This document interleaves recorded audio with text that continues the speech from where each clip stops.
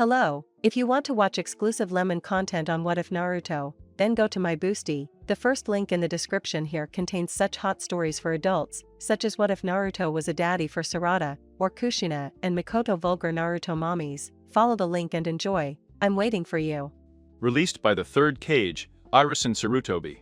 He took power after the fourth cage, Minato Namikaze, died by sealing the nine-tailed demon fox into a child. Pain and loneliness. That's all Naruto Uzumaki has known in his short life.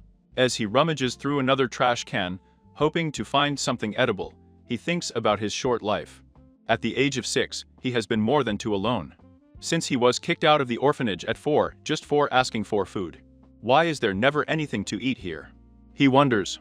He tenses up when he hears a bottle rolling. With his gaze fixed on his surroundings, looking for any danger, he rejects the ally. It's nothing, he mutters. There he is. A voice shouts from the other end of the hall. Today, we will finally get revenge. We will finally finish what the Yondaime Okage started 6 years ago. We will kill the demon and take revenge for killing our families and the Yondaime. Naruto turns and looks back, startled to see a large group of people standing there. He sees both villagers and ninjas carrying various weapons, from orcus and kunai to broken bottles. Naruto runs away at that instant, knowing that it is his only chance of survival. The group is chasing them. I never did anything to you, Naruto screams as he runs for his life. You're lying, demon, shouts a man leading the pack. Stop running so we can finish you off like the Yondaime would want. Naruto doesn't stop for a moment, knowing from past experiences that the best thing for him is to run as far and fast as possible. He knows that if he manages to reach the Okage Tower, he could be saved. But that will only work if he manages to overcome the ninja in the crowd chasing him. Something he knows he won't be able to do. One of the ninjas smiles maliciously as he throws some kunai at the running boy. I'll get you, demon, he screams angrily. Naruto turns around and sees the kunai heading towards him. He knows he's lost. He can't dodge them or deflect them. He does the only thing he can think of. He covers his face and chest with his arms when the kunai beat him. Two kunai hit his right forearm and one hit his thigh. Ah! Naruto screams in pain.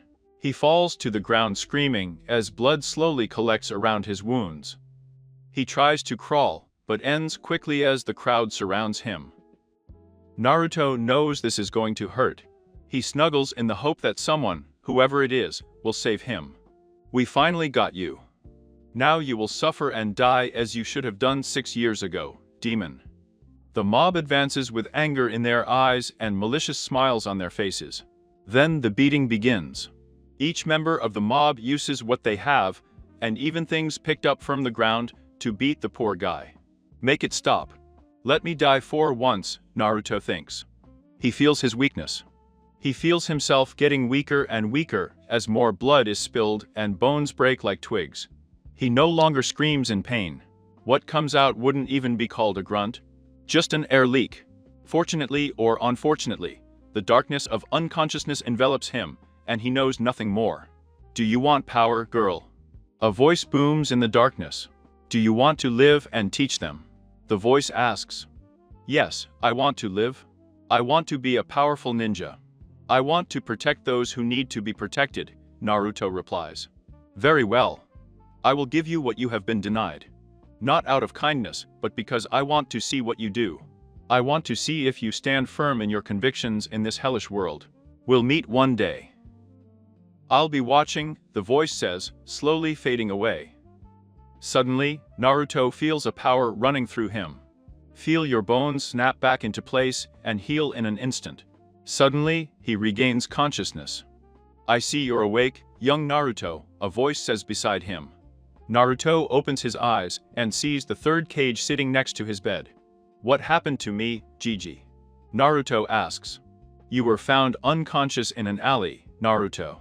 No one knows how you got there or why you were covered in blood, the Okage replies. Can you tell me what happened? Question. I was beaten by a group of people. They called me a demon and chased me. I lost consciousness when they started beating me. Then I heard a voice offering me power and saying that I was getting what I had been denied. Then I felt the power running through me, and I woke up, Naruto claims. What does all this mean, Gigi? Question. I don't know, Naruto. I'll have to think about it, and I'll tell you what I find out, he replies. Concern is reflected on his face as he looks at the young man. Will it be the QB or something worse? He wonders. Boy, tell him the word kinky. A voice echoes in Naruto's mind. Gigi, the voice told me to tell you, kinky, Naruto says, looking at the Okage as he turns pale. Fear takes over the old man's face. Naruto, what? Irison is trying to talk. He tries unsuccessfully. Frightened by what the young man said. Worried that the sealed beast in the young man might be breaking free. Not knowing how to proceed, he takes a moment to pull himself together. Naruto, there are a lot of things I haven't told you. I didn't tell them to protect you. You may hate me for keeping this information from you, but I hope one day you will forgive an old man for trying to hide the truth from you. The word kinky dates back even before we ninjas existed. It's something I've only heard mentioned in myths and legends, pronounced with fear and amazement. The little I know is this. On your mother's side, there's a saying, a kinky will rise from the ashes of the new world to give birth to the old one. I'm not sure what that means, but if you're really a kinky, you'll have a long hard. I walk ahead. Your life will not be the same if you decide to follow this path. I'll let you think about this and I'll come back tomorrow to hear your answer. The location is slowly getting up, looking even older than his 67 years. Exhausted by what he learned from the boy and what he told him. He pats Naruto on the head, gives him a sad smile, and leaves the room. Tomorrow I'll find out who my mom is and what a kinky is, Naruto thinks. I will follow this path even if it costs me my life. Nothing will stop me. Chapter 2. The Truth. A ray of sunshine seeps in through the hospital shutters and hit Naruto's face, waking him up. Hugh. I hate the sun. He always wakes me up when I don't want to, Naruto grumbled loudly. He rubbed his eyes, trying to wake up completely. Then, the events of the previous day shocked him. He opened his eyes wide, and a strange expression was drawn on his face. It was a mixture of anger and emotion. He wondered how long he would have to wait for the Okage to come and tell him what he had promised. I hope it won't take too long. I'm excited to hear about my mom, but angry at Kon Gigi for what he has done. What have you been hiding from me? When will I know the truth? Naruto thought. Knock, knock. Naruto heard the sound of the door. He took it out of his thoughts and said, come in. He saw the Okage enter with an Ambu masked as a fox. Good morning, Naruto. I hope you had a good rest. I hope you have reflected on what I told you yesterday, says the Okage, sitting down in the chair next to the bed. The Ambo leaned against the wall, alert but relaxed.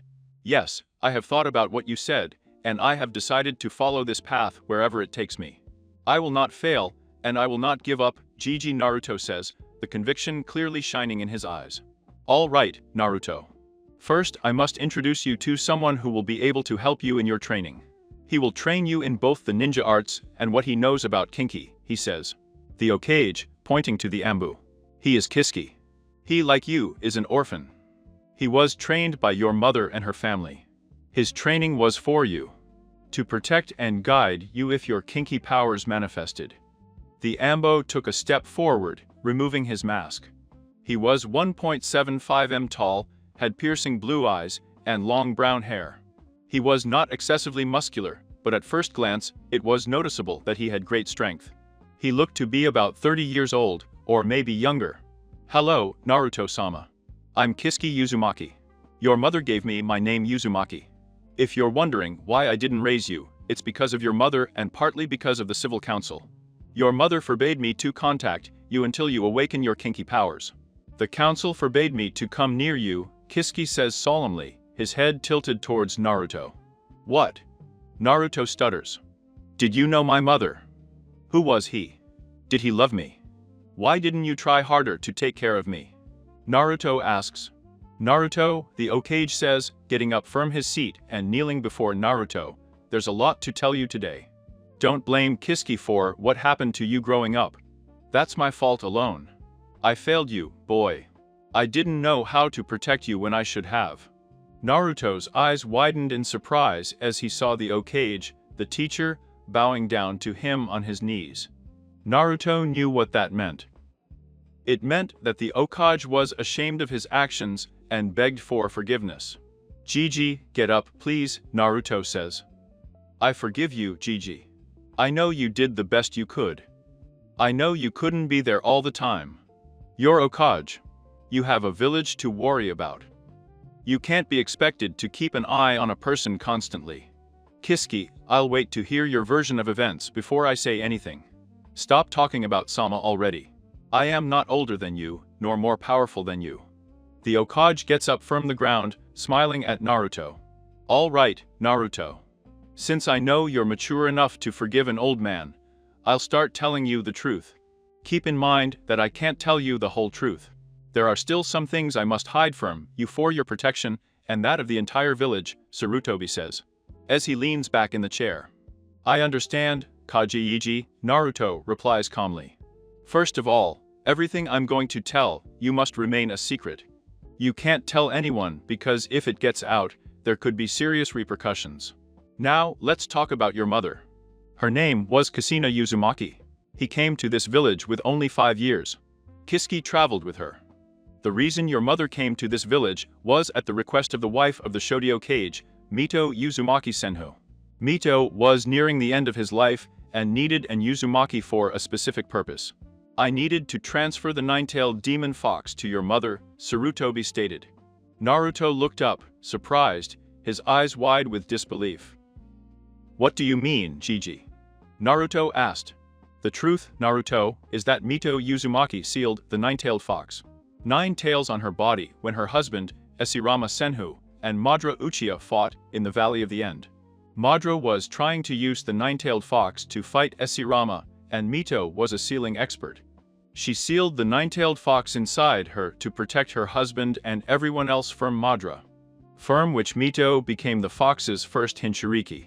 Hinshiriki means the power of human sacrifice. It's the term we use to describe anyone who has a biju, or beast with a tail, sealed inside.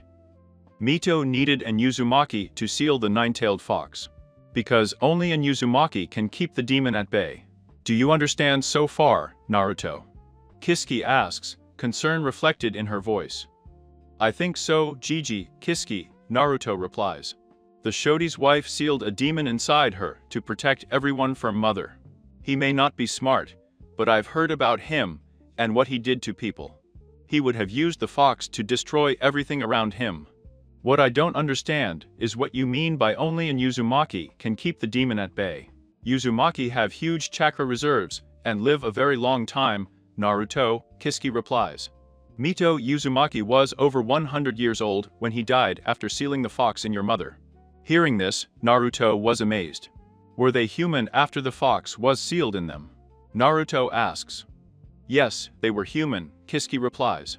She took a scroll out of one of her bags and a cradle and another. He opened the scroll and wrote something on it. He placed the kunai on the writing, pressed and muttered seal. The kunai disappeared in a column of smoke. Rolling up the scroll and showing it to Naruto, he asked, is it a scroll or a kunai? It's a scroll, Naruto replies. There you have the answer. They weren't the fox. They were the scroll that held the fox, like the one who holds a crib, and says Kiski with a slight smile. Since you understand, let me continue, Naruto, Sarutobi says. Mito sealed the fox in your mother and gave her some advice. The advice was this. The one I saw is a being of hate. To counteract that hatred, you must be filled with love. This meant that your mother, Kushina, had to find something or someone to love. Whether it was the people around her or someone she chose with. To share his life. He had to fill himself with love to counteract the hatred he had inside. It took him a long time to find that love. I remember when he did it, his smile could brighten the darkest days. Wow! It sounds amazing. Do you have a picture of her? Naruto asks. Kiski takes a step forward and takes a photograph of the bag he is carrying in the caldera. He hands it to Naruto and says, this was taken a few months before you were born. I have many pictures of your parents, but since your father must remain a mystery for now. This is the only picture I have of your mother alone. Naruto takes the picture, thanking him with his head. He looks at her and gulps. He sees a beautiful red-haired woman sitting at the foot of a tree. A faint smile on her face as she looks at her belly. Her hands rest on him.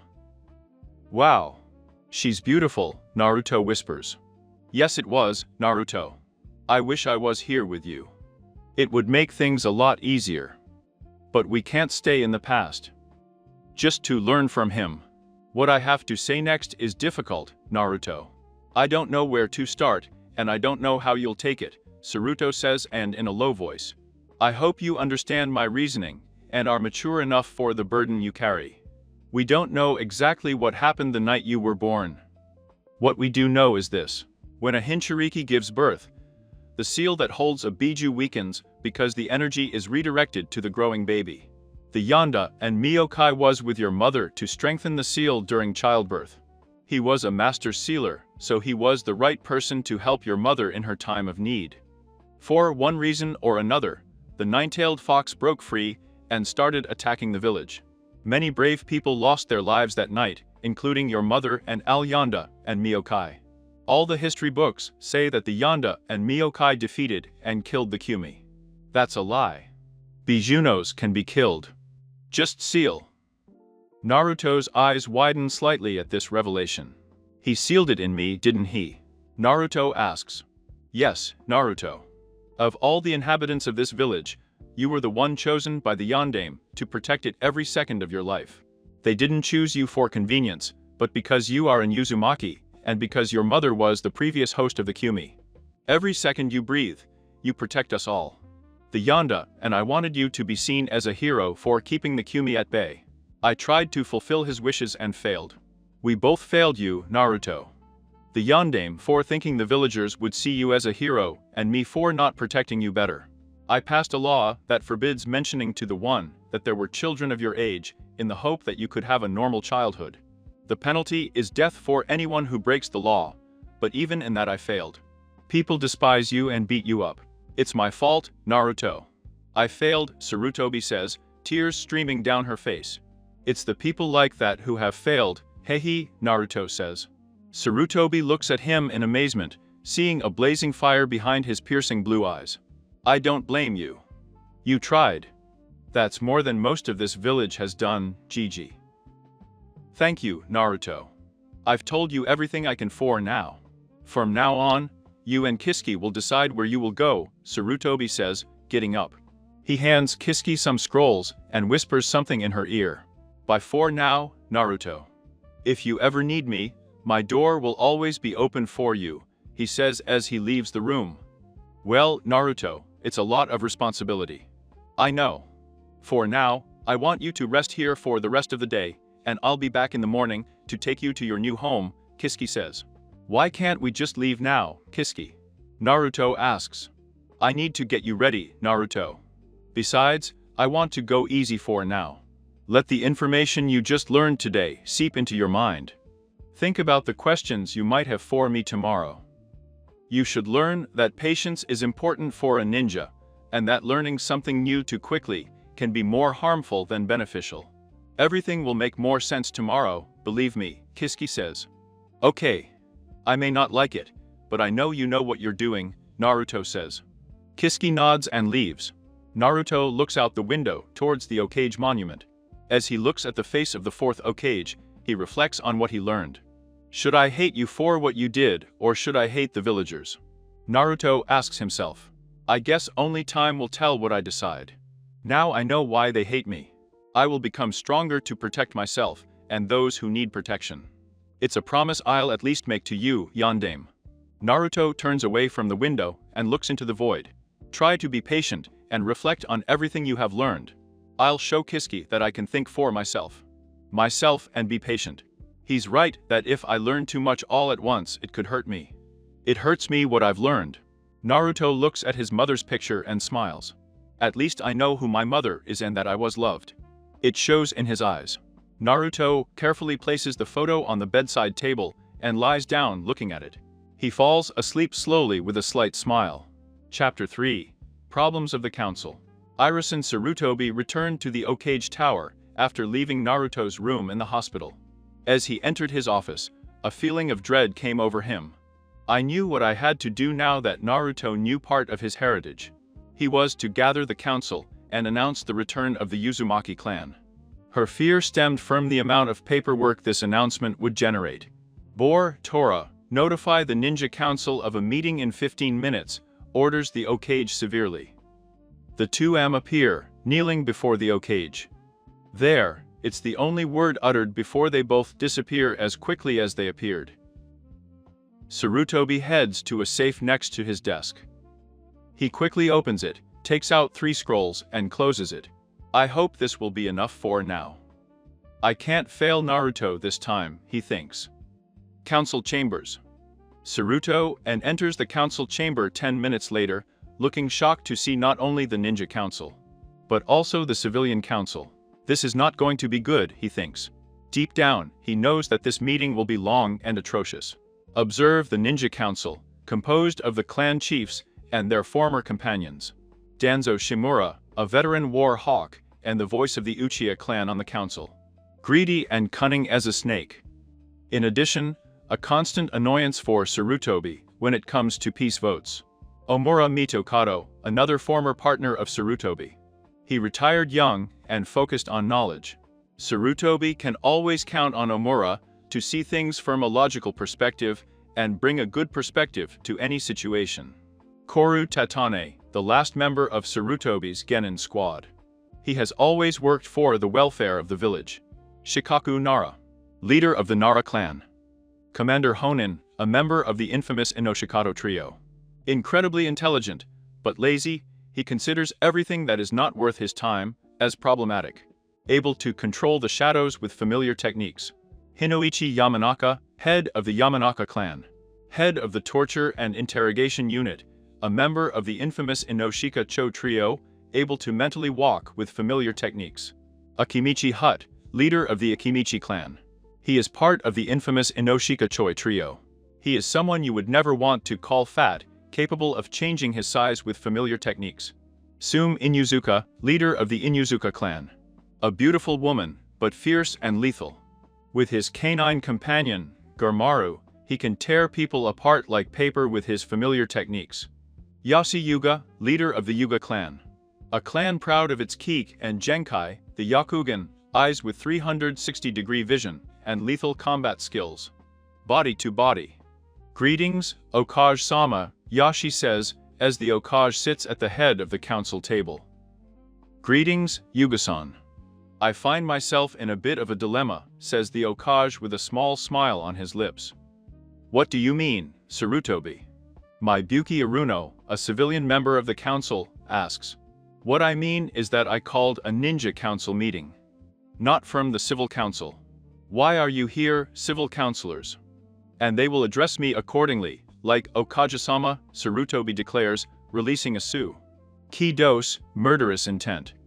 We're here because this is a council meeting, Sarutobi, Nibuki states, not realizing what the key was. Completely ignoring the location warning. Stand down now. Sarutobi shouts. I called this meeting just for the councils. Ninja and clan.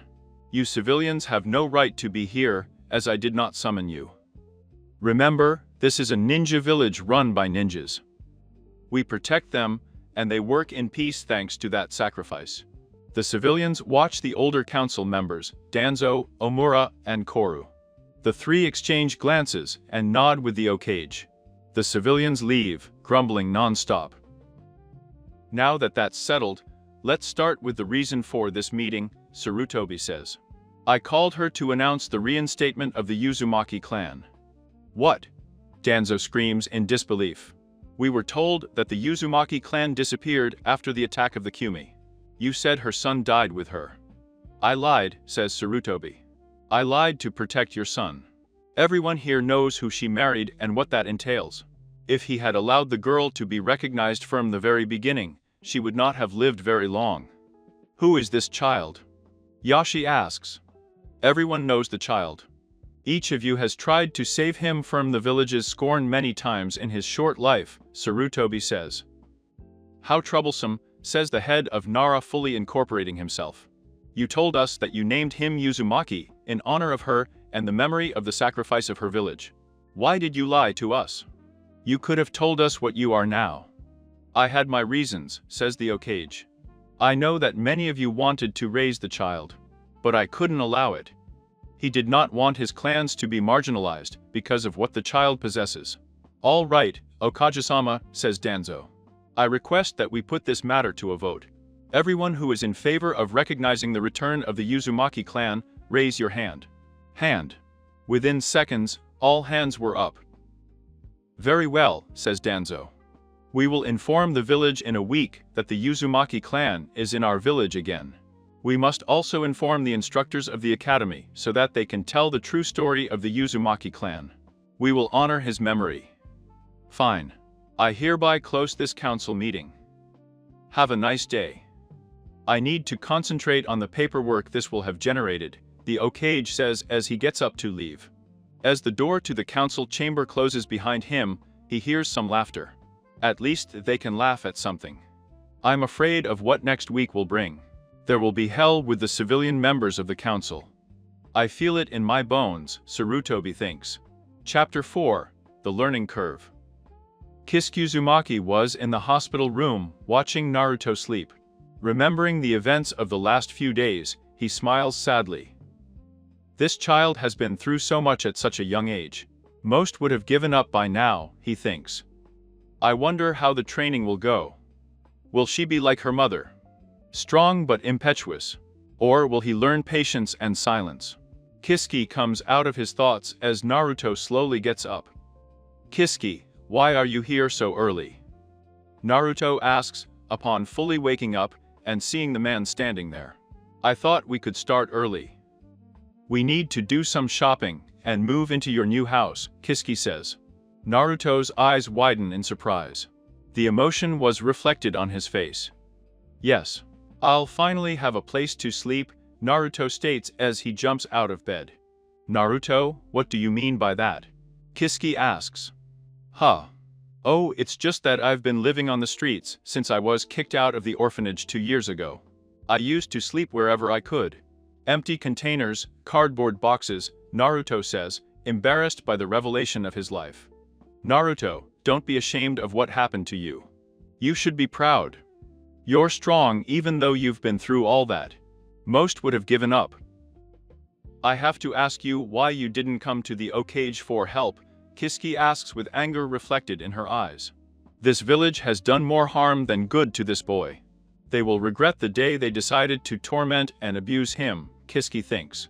I tried to warn the Okage Jiji, but his secretary always kicked me out of the Okage tower. I received help from Nara-san, Yamanaka-san, Aburame-san, Akimichi-san, and Inuzuka-san. They gave me food and clothes when they could. I never turned to them directly for help because I didn't want to abuse the help they gave me, Naruto says with a sad smile. As he remembers the help he received. You are wise, Naruto. And those people were wise and kind to help when they could. You'll thank them when you see them later. They will be glad to know that you are well, and that you appreciate the help they gave you. Did Yuga-san help you in anything? Kisuke asks. No, Naruto states with venom. The Yuga beat me whenever I was near their clan. Kisuke squints at this revelation. He knows that the Okage will want to know and talk to the Yuga clan. Naruto, let's get out of here, Kisuke says, smiling to reassure Naruto. He loads it up and leaves the room. Releasing Naruto from the hospital only took a few minutes. The guy's looks and anger irritated Kisuke a lot. This is going to be hard for a while, Kisuke thought. They left the hospital behind and started walking towards the Konoha shopping district. Naruto, stay by my side and ignore any withering looks you get, Kisuke tells him. Naruto replies quietly as his eyes look around for any danger. Kisuke and Naruto approach Tokigawa's clothing. As they enter, they hear a cheerful voice saying, Welcome to Tokigawa's clothing. They see an older woman behind the counter. When he sees Naruto, he squints. Get out of here, boy. We don't serve people like you here, he says coldly. Naruto, go look at the clothes while I'm talking to this kind woman, Kisuke says, smiling at her. Naruto nods and walks into the store. Kisuke walks up to the counter and grabs. To the woman by the shirt front. Listen carefully, woman, Kisuke whispers coldly. You are going to serve Naruto with kindness and respect. If not, you won't have to worry about a tent, because there won't be anything left when I'm done with you." The woman's eyes widen with fear as she looks. Kiski's cold gaze. He sees his death in them. He pales and nods repeatedly. "Fine. Now, everything Naruto receives will have the symbol of the Uzumaki clan. Understood? And you're not gonna say a word about this to anyone, okay?" Kiski asks with affection. The woman nods, knowing that if she did not comply with his request, Kiski would make her life impossible. Naruto walks through the halls, taking down the clothes he is interested in. Mainly white clothes with dark blue details. 5 minutes later, he approaches Kiski loaded with clothes. "I think I have enough for now, Kiski. And I chose slightly bigger things to have room to grow," Naruto says, his voice muffled after the load of clothes he carries in his arms. "All right, Naruto. I'll pay this lady, and we'll go to your new home," Kiski says as he pulls out his wallet. The woman searches the clothes and Kiski hands her the money. "You can pick up the clothes in a few hours, or, if you want to leave an address, we can send them to you," the woman says. "Have them delivered to the Uzumaki clan compound tonight. And make sure whoever delivers the clothes knows not to mention where or for whom the delivery was made," Kiski says. "Oh," the woman says quietly as Naruto and Kiski leave. Kiski takes Naruto away from the business district and takes him to the clan district. Naruto gets nervous as he enters the large district that houses the popular and wealthy clans of Konoha. "Naruto, you have nothing to worry about here. I am here to guide and protect you. Your new home is in this district. The Uzumaki clan has a complex here," Kiski says after seeing Naruto's nervousness. "As long as we stay away from the Yuga clan area, I'll be happy," Naruto says. Kiski nods and guides Naruto past the Nara clan compound to a gate with a large whirlpool. This is the entrance to the Uzumaki clan compound. The Uzumaki clan was quite large. The land covers 2 hectares. There are 4 clan houses and a fully functioning dojo, surrounded by 3 training camps. Here you will find everything you need to train your mind and body, Naruto. Now, I need you to cut off your palm and place it in the center of the door swirl, Kiski explained to Naruto, extending a kunai. Naruto soon took the kunai he was offering to Kiski and cut off his palm. Kiski noticed that Naruto didn't even grimace when he opened his palm. Naruto placed his hand on the whirlpool and watched as his blood was absorbed into it. This continued for a few moments until a big click was heard, and the doors opened before them. Kiski moved forward and looked at Naruto's hand, noticing that it was already healed. It must be the healing of his Uzumaki or that of the Kyuubi, he thought. He put his hand on Naruto's shoulder and led him to the clan grounds. The door closed behind them with an audible crash. Naruto took a first look at what would be his new home. As Kiski described, there were 4 large houses arranged in a square. Each house looked quite big from the outside. In the center of the 4 houses, there was a large fountain. The water cascaded down, forming a whirlpool. "What's up with all those spiral patterns I keep seeing, Kiski?" Naruto asks with amazement in his voice and on his face. The swirl is the symbol of the Uzumaki clan. If you look closely, the swirl of the Uzumaki clan is white with a slight blue hue. Every Chunin and Honin carries a swirl, red mill on their jackets. The reason is to remember the sacrifice of Uzusio Gakure and the Uzumaki clan. They fought Iwa, Kirikumo in the Second Ninja War and gave Konoha a chance to survive. For 3 days and 3 nights, they fought against the combined power of those 3 villages. Unfortunately, the village, Uzusio Gakure, and the Uzumaki clan were destroyed after that. "You may be the last Uzumaki," Kiski says sadly. Naruto looked at Kiski in amazement upon hearing this. Tears filled his eyes at the loss and the realization that he might be alone. "But I have you, Kiski," Naruto says to the solemn man. "Yes, Naruto. But I'm not a real Uzumaki. I can only teach you what I can," Kiski replies. "Thank you for considering me a real Uzumaki. Now, let's go to the main library, and let's start your training. We have 2 years of training before you start the academy, and I want you to reach your full potential," Kiski says. "Hi, Kiski-sensei," Naruto replies enthusiastically. "But I still can't read. I was not allowed to go to the civilian school to learn." "It's okay, Naruto. I'll teach you what you need to know," Kisuke replies, and takes Naruto to the clan library. Chapter 5. The training and council fights begin. Naruto woke up in his room. Slowly getting out of bed, he reflects on the last week. Kisuke started by teaching him to read and write kanji. When Kisuke felt that he mastered the lyrics, the real torture began. Kisuke had Naruto write each kanji 100 times to make sure it would stick in his mind. And they had to be written perfectly. If someone was not, Naruto would discover the true meaning of torture. I had to start from scratch. It was crazy, but it allowed Naruto to learn to read much faster. Naruto headed to the bathroom to get ready for the morning.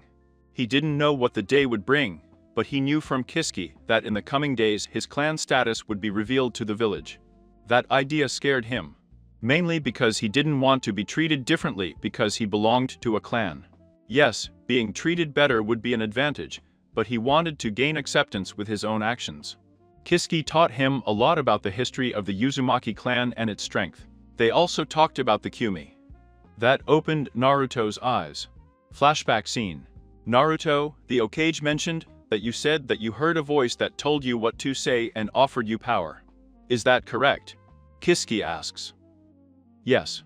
It was a deep, rumbling voice in my head. I don't know what or who it was, Naruto says. I think it was the Kyuubi, Naruto. I want you to be careful when you hear his voice. He'll try to use you to get you to release him from the seal. You must have a firm determination and never allow it to come out, Kisuke says. What if you give me some advice to help me? Naruto asks. In those moments, you will have to make your own decisions. That I can talk to you at any time worries me, Naruto. I'm not saying give in, but you have to be careful. Honestly, I wish they hadn't chosen you for this burden, Kisuke says sadly. You have to be careful with the Kyuumi. That's the best advice I can give you. The flashback ends. Naruto came out of the fight and dried up. Looking at herself in the mirror, she noticed the changes in her body after only a week. A week of healthy and wholesome food helped her gain weight. Leaving the past behind, Naruto got dressed and went down to the kitchen.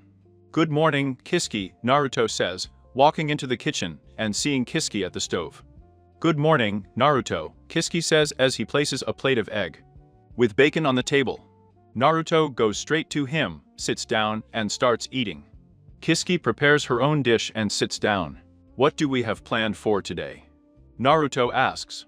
Well, Naruto, today we will face the council, and then we will do a little test, Kisuke says. Kisuke, I want you to be on your best behavior today, Naruto. Let the Hokage and I talk most of the time at the council meeting. We can't afford any mistakes. The civil council is ruthless and hungry for power. It's okay, Kisuke, Naruto says. I will do my best to keep quiet, unless I am asked questions.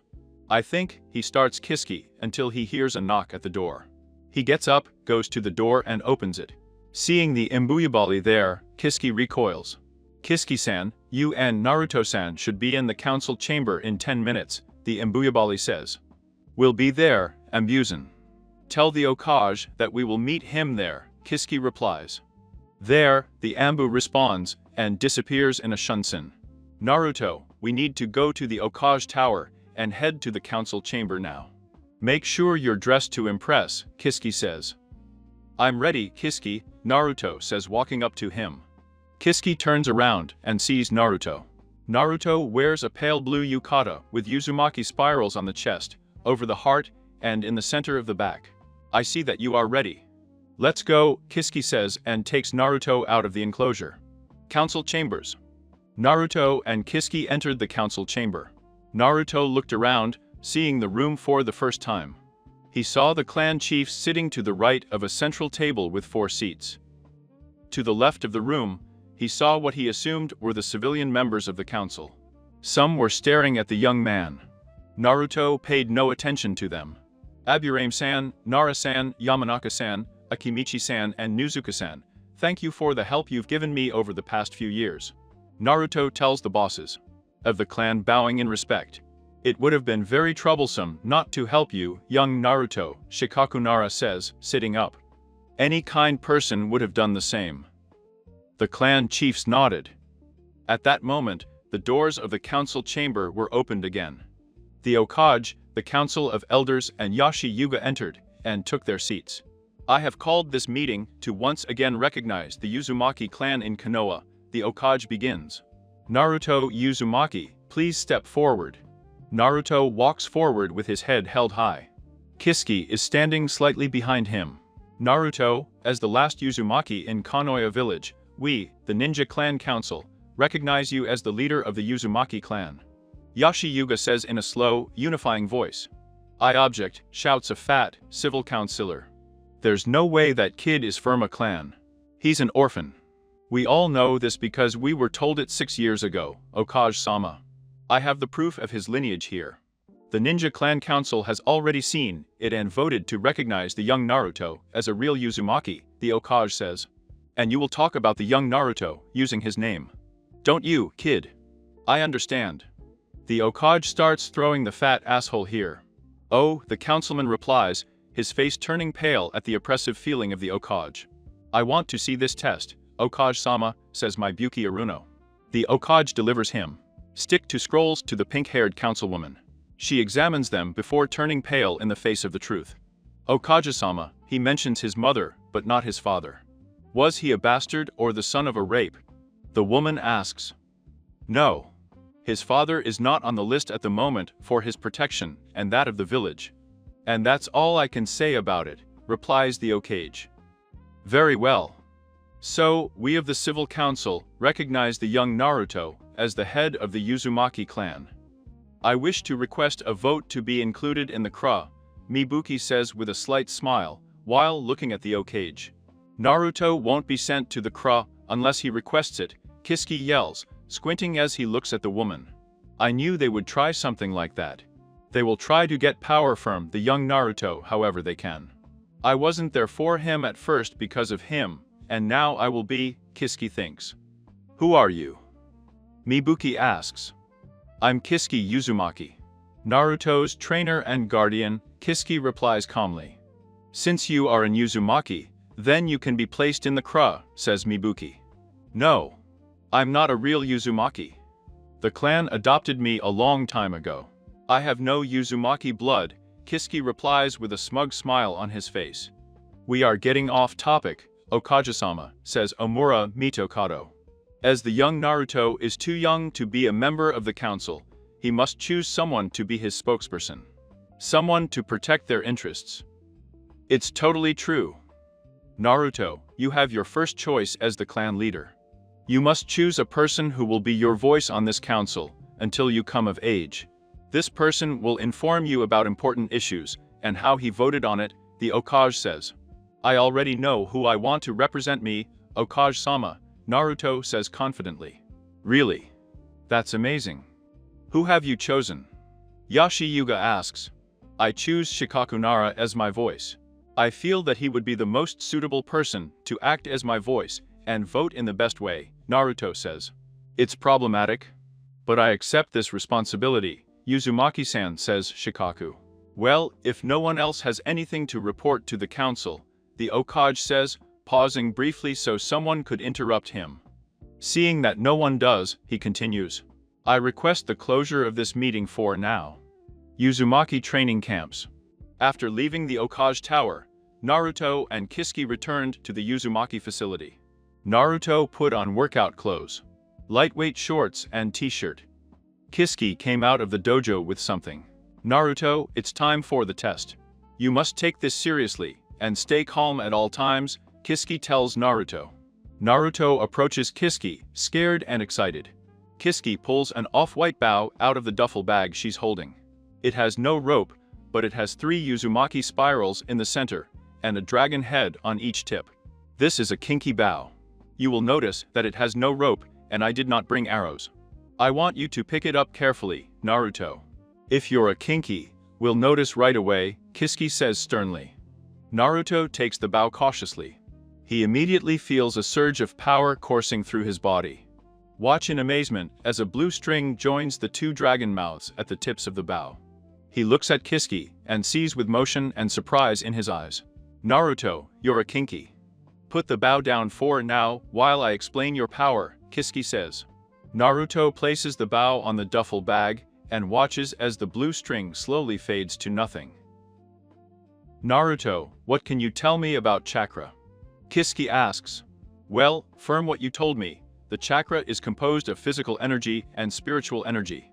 A ninja balances this and allows him to use the chakra in jutsus and techniques, Naruto replies. A person increases his physical energy by training the body, and his spiritual energy disappears. The mind and studying. Manual response. Now, let's talk about your power. Your kinky power comes from the spiritual aspect of the chakra. However, unlike a ninja, you don't get it from intelligence, so to speak, Kisuke says. What do you mean? Naruto asks. Your kinky powers allow you to constantly draw spiritual energy from your surroundings. Every life force, from the smallest plant to the tallest mountain, contains chakra. You can extract this energy naturally, Kisuke says. Wow. Then I'll be an amazing ninja, Naruto says excitedly. Yes, you will, Naruto. However, you must learn to perceive spiritual energy, because it is possible to extract it from someone who is on the verge of death, and kill him without realizing it. I will teach you the concept of how to do it, but it's up to you to achieve it, Kisuke says. I'll make it, Kisuke-sensei screams Naruto. Then let's get started, says Kisuke. Chapter 6. The results of the training. Naruto stood in the middle of the training camp, breathing heavily. Sweat was running down his body, and a bright blue bow was fading from his left wrist. I finally made it, he thought. 2 years of intense training have resulted in this. I can finally manifest my own bow. Naruto walked to the main house to clean up. After 2 years, a lot had changed. He is 120 m tall and weighs a little more than 32 kilograms. He is not muscular, but he has the body of a runner, elegant and fast. The training he underwent could only be described as hell. Kisuke made sure that Naruto knew how to be fast and agile. But at the same time, as silent as a small breeze, Kisuke instilled the importance of a ninja to Naruto over and over again, making him walk on a rickety walkway that creaked at the slightest movement. Every time Naruto made a noise, Kisuke would throw a weighted ball at him, forcing him to dodge or take the hit. Once Naruto learned to walk in silence, Kisuke made it harder by making him carry weights with him, and even made him wear bells. Kisuke then had Naruto infiltrate Ambu's headquarters, to be silent and go unnoticed. His goal was to steal the mask of the Ambu boss, Dragon. It took Naruto more than 3 months to learn the patterns of the Ambu to achieve it. Maybe that training was brutal, but for Naruto, the most difficult thing was learning to meditate correctly, to perceive spiritual energy and learn how to absorb it or stop its flow. Naruto was so used to being in constant motion that learning to stay still was an arduous task. But he finally succeeded. Naruto learned a lot from Kisuke. He learned that knowledge is essential for a ninja. It is not easily shared. One benefit of learning to meditate was that Kisuke and Naruto discovered that Naruto was something like a sensor. He could detect people around him who were using chakra. However, they discovered that if someone knew how to suppress his chakra, Naruto could not feel it. Kisuke told Naruto not to worry about that aspect for now, that over time, their sensory skills might improve with age and experience. Kisuke also taught Naruto the importance of teamwork and how to work with anyone. Naruto learned to let go of feelings to focus on a task, but he also learned that abandoning a teammate was something one should never do. Getting into the shower, Naruto had to chuckle as he remembered the other important events of the past 2 years. Shikaku Nara would probably describe them as extremely troublesome. The leader of the Nara was very busy at the council meetings, constantly fighting the civil council and the Yuga leader, to protect the Uzumaki clan and Naruto. Both the civil council and the Yuga leader repeatedly tried to gain access to the Uzumaki clan's grounds, or take away Naruto's rights as the clan leader. Shikaku, with the help of his former companions, Hinoichi Yamanaka and Choza Akimichi, repelled the council's overtures. The situation finally came to a head at the last council meeting. Naruto, in fact, was forced to attend. Flashback 3 weeks ago. Council chambers. Naruto walked into the council chamber and was met with a thud. The council members were shouting at each other. I didn't understand him at all. He went to his seat next to Shikaku Nara. Hello, Nara-san. How are you today? I hope you haven't had a complicated day, Naruto says as he sits down. It's been quite a troublesome day today, Uzumaki-san. Why did you choose me to be your voice? Shikaku asks lazily. Because out of everyone here, you have the ability to stop any greedy attempts against the Uzumaki clan, and I trust you with my life. Naruto replies. Upon hearing Naruto's response, Shikaku opens his eyes wide and nods respectfully at the young clan leader. Sit down now, screams the Hokage. This is the council chamber, not a fight in a backyard. Either they settle down as members of the council, or I will dispatch them all and find others to take their places. The room was instantly silent. Now, why has this council been convened? We weren't supposed to meet until next week, the Hokage asks. We requested this meeting to pass a law and establish some arranged marriages, says Mibuki Aruno, looking at Naruto with a smug smile. What is this law and what are arranged marriages? Asked the Hokage. The law we want to pass is this, Hokage-sama. We want to pass a law that establishes that clans that cause destruction of public property will have to pay for said property with their clan accounts. If they don't have the money, they will have to pay by handing over lands or clan scrolls, says Yashi Yuga. And please tell me which clan has caused the destruction of public property, asks the Hokage, already having an idea of the answer. Why does the Uzumaki clan, Hokage-sama, Yashi replies. When did this happen? Asked the Hokage. 8 years ago, Mibuki replies. The Uzumaki clan denies any accusations in this regard, Shikaku shouts. It wasn't until recently that this council even acknowledged that the Uzumaki clan was in Konoha.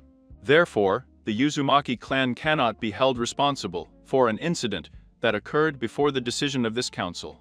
Nara-san is right, Omura says my headdress. Also, what event are you talking about, and why are you trying to blame the Uzumaki? Why is that? The Kyuubi attacks, Counselor my headdress, Mibuki replies smugly. It was an event in which no one intervened. It's like a storm at sea. The Kyuubi attack came out of nowhere. No one could have predicted it and was not responsible, says Inoichi Yamanaka. But he is the devil. A councilwoman shouts. Before anyone can do anything, an Ambo appears out of nowhere, cuts off his head with a quick slash of his sword, and disappears with the body. Now that we've taken care of the garbage, does anyone want to try again? This law is complete nonsense. The audacity of this council to even propose such a law is outrageous. And remember, my law is still in force, the Hokage says calmly as he observes each civilian member of the council. But Hokage, Mibuki starts to say, until the Hokage's eyes meet hers and she goes silent. All those who oppose this proposed law, asks the Hokage. The Yamanaka clan is opposed, Hinoki says. The Nara clan is opposed, Shikaku says. The Akimichi clan is opposed, says Choza. The Inuzuka clan is opposed, Tsume says. The Aburame clan is opposed, Shiri says. The Uzumaki clan is opposed, Naruto says. I, Danzo Shimura, am opposed to this, Danzo says. I, Omura my headdress, I object to this, says Omura. I, Koru Tetane, am opposed to this, says Koru. I, Irizen Sarutobi, the third cage, am opposed to this, says Irizen. That's more than enough to oppose this bill. Now it can go in the trash, where it belongs. The civil councillors and Asuga sit, grumbling in silence. Now, let's move on to the next issue at hand. You mentioned some arranged marriages, correct? Asked the Hokage. Yes, Hokage-sama. I have a proposal for the Uzumaki clan, to marry my daughter, Hinata, and Sakura, the daughter of Councilwoman Aruno. This contract stipulates that when Naruto turns 16, he will marry both of them. Yashi replies. Yuga-san, can I see the contract? Shikaku asks politely. Yashi hands it over to the head of the Nara clan, without a second thought. Shikaku starts to read it quickly. After a few moments, he gasps and stares at Mibuki and Ace. Yuga-san, Aruno-san, is it your intention to deceive the Uzumaki clan? Shikaku asks coldly. I have no idea what you mean, Nara-san, Aishi replies. Really, Yuga-san? Then tell me why it says in this contract that, until Naruto marries the two young girls, he will cede all political power to the Yuga clan and Aruno-san. Or why does he say that he will live with the Yuga, and that they will put a seal on him? Angry Shikaku asks. What the hell? The other clan chiefs, the Hokage and the Council of Elders shout at the same time.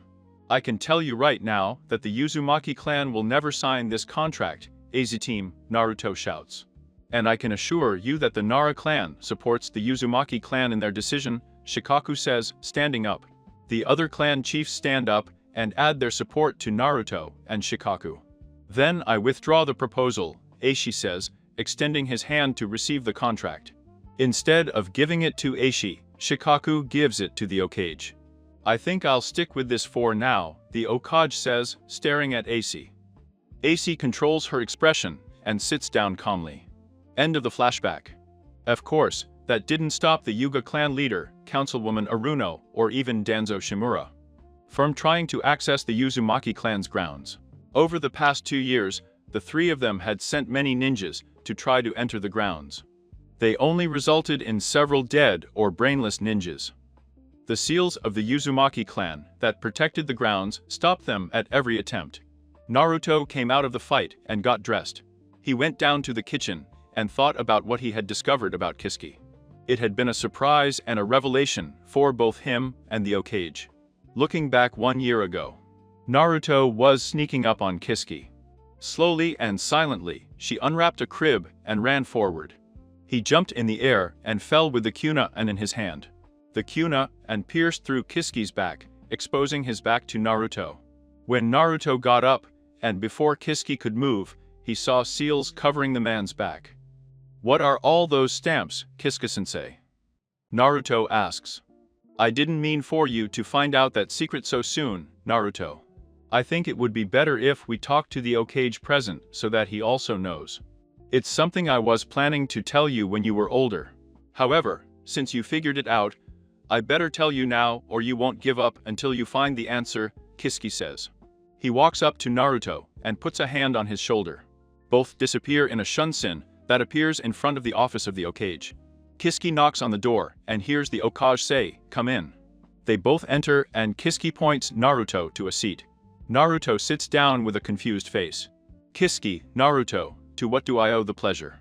Asked the Hokage. Hokage-sama, I must ask you to clear the room. I have something to say to you and Naruto, Kiski says. The Hokage makes a gesture with his hand and the Embu appears and leaves without asking anything. Kiski makes some signs with his hands and shouts. Uzumaki sealing technique. The room of secrets. There is a loud bang when the jutsu is activated. Ready. We can talk without anyone listening to us, Kiski says calmly as he sits down. I have a very dark secret to tell you. He should only reveal it if Naruto found out or if he considered that he was ready to receive it. Naruto, Hokage-sama, the truth is that I am not a flesh and blood human. I am the culmination of Uzumaki sealing techniques. I was created more than 200 years ago by an Uzumaki named Katsuchi Uzumaki. I was created with only one purpose, to protect the Uzumaki clan and train those who awakened their kinky powers. Sarutobi and Naruto's eyes widened in surprise. What? How can that be? Asked the confused Hokage.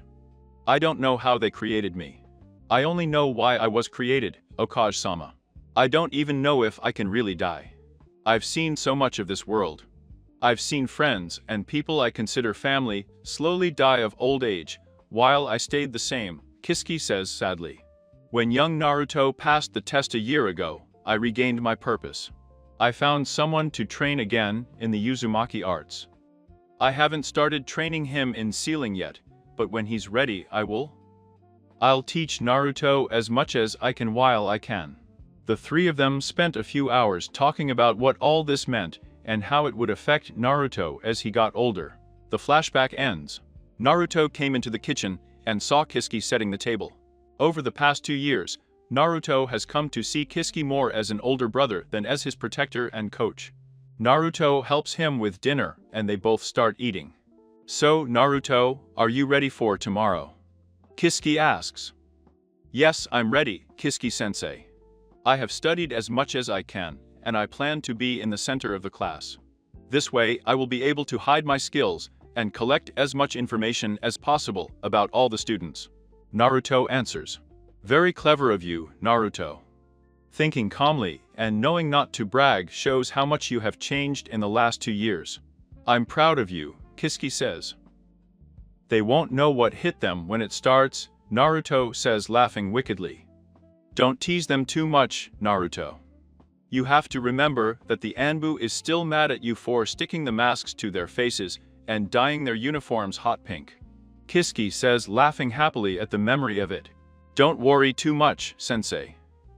I will be attentive to follow the rules, Naruto replies. The two spend the rest of the evening talking and laughing.